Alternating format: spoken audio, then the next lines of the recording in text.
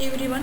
आज आपण plant breeding या सेक्शनमध्ये सगळ्यात लास्ट म्हणजे चॅप्टर नंबर 8 याला सुरुवात करणार आहोत. हा चॅप्टर डिस्कस करताना आपण फर्स्ट त्याची डेफिनेशन, त्याचप्रमाणे मेन फीचर्स, त्याचप्रमाणे त्याच्यामध्ये असलेल्या 2 मेथड आणि एस्टिमेशन ऑफ हिटरोसिस हे पॉईंट डिस्कस करणार आहोत.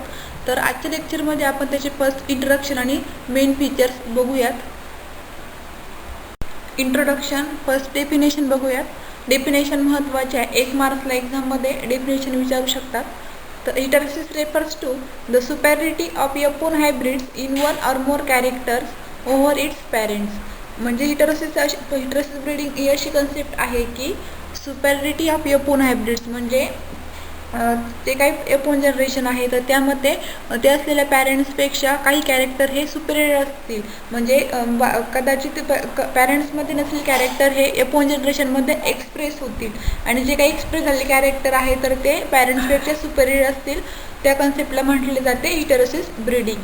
Next, the former refers to increase to F one over parents in vegetative growth but not in yield and adaptation. म्हणजे जे काही एक्सप्रेस झालेले किंवा जे काही इन्क्रीज झालेले कॅरेक्टर आहे एपोन जनरेशनमध्ये तर ते पॅरेंट्सपेक्षा व्हिजिटिव्ह ग्रोथमध्ये इन्क्रीज असतील. But in case of yield and adaptation these are not express. म्हणजे काही येणारा इल्ड आहे किंवा जे काही ॲडॅप्टेशन आहे तर त्या ॲडॅप्टेशनमध्ये पॅरेंट्सपेक्षा एपोन जनरेशनमध्ये हे कॅरेक्टर सुपेरियर असतील किंवा इन्क्रीज झालेले नसतील तर ते फक्त व्हिजिटिव्ह ग्रोथमध्येच आढळून येणार आहे. Next, the term heterosis was first use by Shull in 1940. म्हणजे जी काही हिटरोसिस ही कन्सेप्ट आहे तर ती फर्स्ट शूल यांनी 1914 यासाठी फर्स्ट त्याचा यूज केला आहे किंवा फर्स्ट वापरात आणलेली आहे. म्हणजे इन शॉर्ट हिटरोसिस म्हणजे काय की जे काही एपोन जनरेशनमध्ये असलेले कॅरेक्टर आहे तर ते काही कॅरेक्टर हे पॅरेंट्सपेक्षा सुपेरियर असणार आहे. आणि जे काही सुपेरिटी ऑफ एपोन हायब्रिड्स आहे किंवा जे काही एपोन जनरेशन आहे पॅरेंट्सपेक्षा तर त्याला म्हटलं आहे हिटरोसिस ब्रीडिंग. म्हणजेच काय की पॅरेंट्सपेक्षा एपोन जनरेशनमध्ये जे कॅरेक्टर सुपेरियर असतील त्या सुपेरियर कॅरेक्टरला म्हटले जाते हिटरोसिस. आता आपण बघूया की मेन फीचर्स ऑफ हिटरोसिस. तर फर्स्ट मेन फीचर्स आहे सुपॅरिटी ओव्हर पॅरेंट्स. आत्ताच आपण डेफिनेशन बघितली की जे काही हिटरोसिस म्हणजे काय थोडक्यात की superiority of F one hybrids in one or more character over its parents. म्हणजे पॅरेंट्सपेक्षा एपोन जनरेशनमध्ये जे कॅरेक्टर सुपेरियर असतील तर त्या सुपेरियर कॅरेक्टरला म्हटले जाते हिटरोसिस.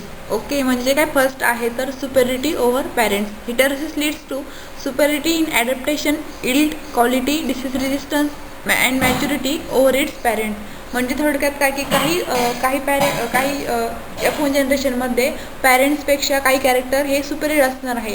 आणि जे काही सुपेरियर कॅरेक्टर असतील फॉर एक्झाम्पल ॲडॅप्टेशन म्हणजे काही प्लांट्स आहेत ते इन्व्हायरमेंट कंडिशनला पॅरेंट्सपेक्षा एपोन जनरेशनला पटकन ॲडॅप्ट करून घेतात. किंवा मग यील्ड म्हणजे पॅरेंट्सपेक्षा एपोन जनरेशनमध्ये जे काही येणारं उत्पादन किंवा जे काही येणारं यील्ड आहे तर ते जास्त असेल. किंवा quality, disease resistance and maturity हे पॅरेंट्सपेक्षा काय असतील ओव्हर असतील किंवा सुपेरियर असतील. आता याच्यामध्ये जे कॅरेक्टर किंवा जे काही हिटरोसिस आहे तर जी यूजफुल असेल तर त्याला म्हटलं जाईल पॉझिटिव्ह हिटरोसिस. आणि जे कॅरेक्टर किंवा जे काही हिटरोसिस ब्रीडिंग आहे तर ते ह्युमन बिंगसाठी किंवा प्लांटसाठी हार्मफुल असतील किंवा धोकादायक असतील तर त्याला म्हटलं आहे निगेटिव्ह हिटरोसिस. आता जे काही युजफुल आहे तर ते असतील पॉझिटिव्ह हिटरोसिस.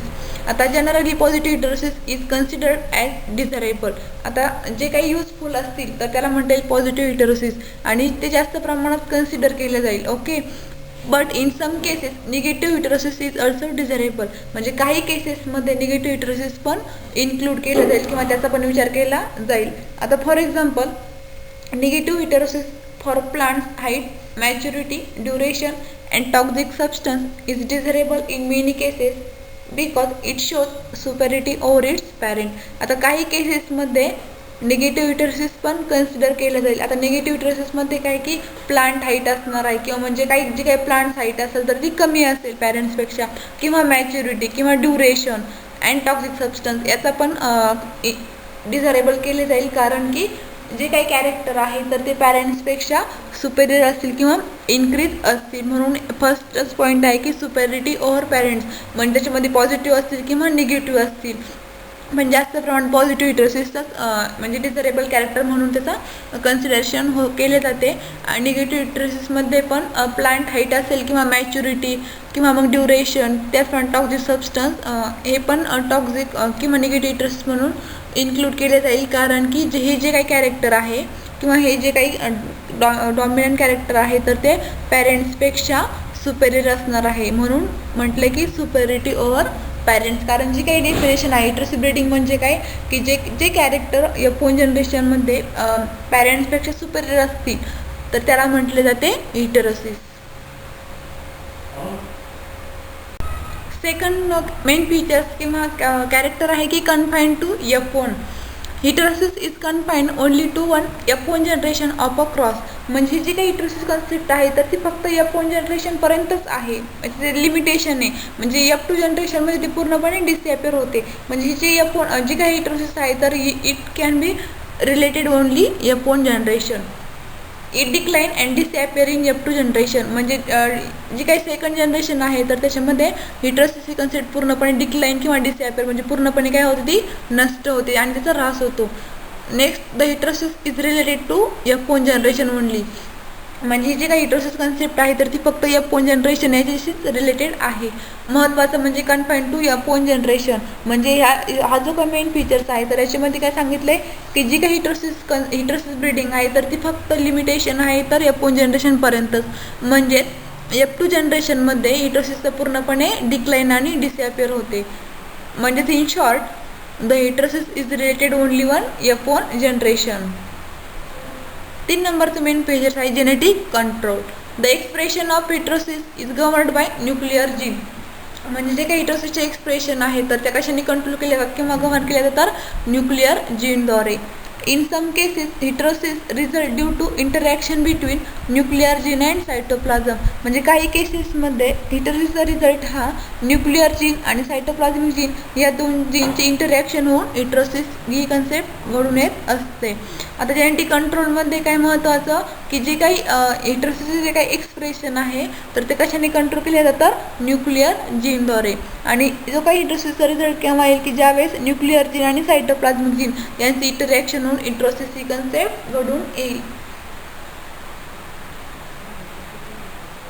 4 नंबरचं मेन फीचर्स आहे reproducible. Heterosis once identify can be easily reproduce in a definite environment. म्हणजे जे काही रिप्रोड्युसिबल कंडिशन आहे तर हिटरोसिस ही कुठल्या पण डेफिनाईट इन्व्हायरमेंट कंडिशनला रिप्रोड्यूस होत असते. त्यानंतर 5 नंबरचा आहे असोसिएशन विथ SCA म्हणजे specific combining ability. Heterosis has positive association with specific combining ability variance. म्हणजे काही हिटरोसिस आहे तर ते positive heterosis association with specific combining ability व्हेरियन्समध्ये होणारा चेंज. त्यानंतर 6 नंबरचं आहे की इफेक्ट्स ऑफ हिट्रोझायगोसिटी. हिट्रोझायगोसिटी म्हणजे काय एका जीनमध्ये डिसिमिलर अलिल्या आढळून येतील. तर magnitude of heterosis is associated with heterozygosity. म्हणजे जी काही हिटरोसिसची जी काही विशालता आहे किंवा मॅग्निट्यूड आहे तर ती कशाशी असोसिएट आहे तर हिट्रोझायगोसिटी.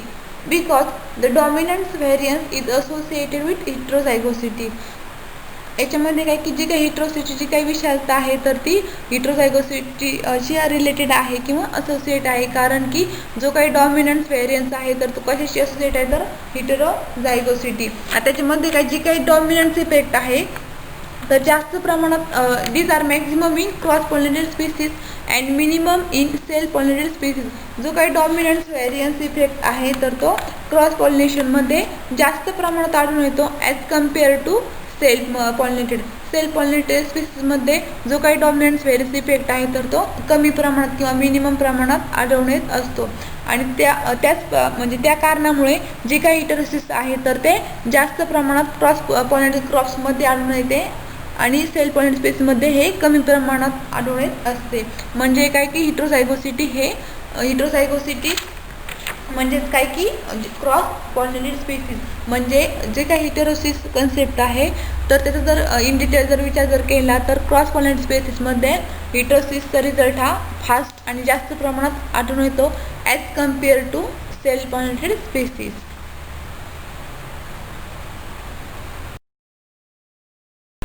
7 नंबरचे कॅरेक्टर्स आहे कॅन्सियस रिसेसिव्ह जीन.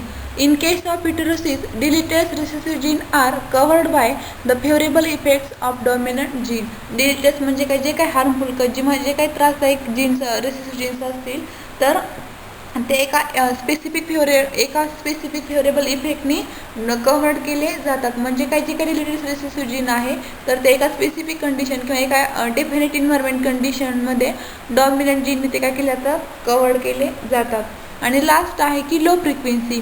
त्याच्यामध्ये काय, जी काही फ्रिक्वेन्सी आहे, the frequency of desirable heterotic combination is very low. आता याची जी काय वारंवारता आहे तर हिटर कॉम्बिनेशनची तर ती एकदम कमी आहे. कारण की जी काही हिटरोसिस आहे तर ती फक्त F1 जनरेशनशीच रिलेटेड आहे. F2 जनरेशनमध्येचा पूर्णपणे डिसॅपियर होतो किंवा डिक्लाईन होतो. म्हणजे त्याची जी काही फ्रिक्वेन्सी आहे कॉम्बिनेशनची तर ती एकदम कमी प्रमाणात आहे. कारण की ही जी काही हिटरोसिस आहे तर ती it can be related only one F1 generation. त्या रिझनमुळे याची जी काही फ्रिक्वेन्सी आहे तर ती एकदम कमी प्रमाणात आहे. तर हे झाले मेन फीचर्स. आता आजच्या लेक्चरमध्ये डेफिनेशन आणि मेन फीचर्स बघितलेले आहेत. तर definition, define heterosis and write the main features of heterosis असा क्वेश्चन एक्झाममध्ये विचारतात. तर 1 मार्क्सला डेफिनेशन आणि 4 मार्क्सला त्याचे मेन फीचर्स लिहिणं अपेक्षित आहे. आता लक्षात आलंच असेल की हिटरोसिस म्हणजे काय, की F1 जनरेशनपेक्षा पॅरेंट्सपासून F1 जनरेशनमधील सुपेरियर असलेले कॅरेक्टर.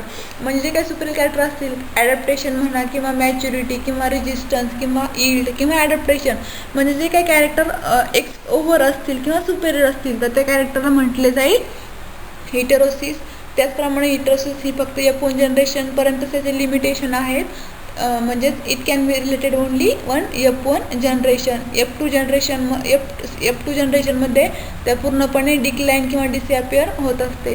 त्याचप्रमाणे जेनेटिक कंट्रोलमध्ये म्हणजे काय, की जे काही हिटरोसिसचे काही एक्सप्रेशन आहे तर त्या न्यूक्लिअर जीनद्वारे कंट्रोल केले जातात. त्याचप्रमाणे जे एका डिफरंट इन्व्हायरमेंट कंडिशनला त्याची रिप्रोड्यूस पण होतात. त्याचप्रमाणे ज्याच्यामध्ये जे काही क्रॉस पॉलिनेटेड स्पीसीस आहे तर त्याच्यामध्ये हिटरोसिसचा रिझल्ट हा फास्ट किंवा एकदम इन्क्रीज असतो as compare to the self pollinated species. त्याचप्रमाणे जे काही डिलीटेरियस रिसेसिव्ह जीन आहे तर ते एका फेवरेबल इफेक्टनी कव्हर्ड केले जातात. आणि त्याची जी काही फ्रिक्वेन्सी आहे, जी काही हिटेरोटिक कॉम्बिनेशन आहे तर ते एकदम कमी प्रमाणात आहे. कारण की जी काही हिटरोसिस ब्रीडिंग आहे तर ती फक्त F1 जनरेशनच्याच रिलेटेड आहे. F2 जनरेशनमध्ये त्याचा पूर्णपणे डिसॅपियर होतात किंवा डिक्लाईन होतात. या कंडिशनमुळे त्याची जी काही फ्रिक्वेन्सी आहे तर ती एकदम लो असते किंवा एकदम कमी लेवलची असते.